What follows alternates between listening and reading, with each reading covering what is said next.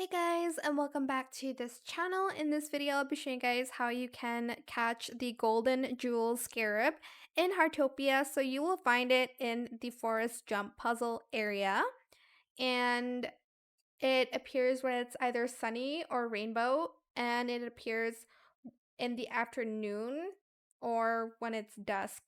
Now, it was very hard for me to find this insect, okay? So make sure you use the like scent booster so it's very easy for you to track insects that you're not able to see very clearly. You can purchase it from Naniwa once you reach level 6 of insect catching.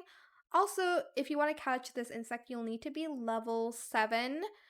um, and here I'm just going around catching random insects to just like up my hobby level.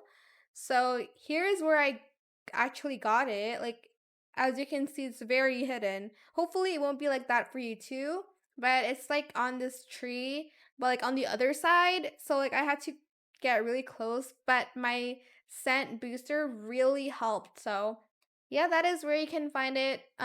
Just around this area. To be honest, there's like no specific spot for it. But I hope it was helpful for you guys. Don't forget to like, comment, share, and also subscribe to this channel if you haven't done that already.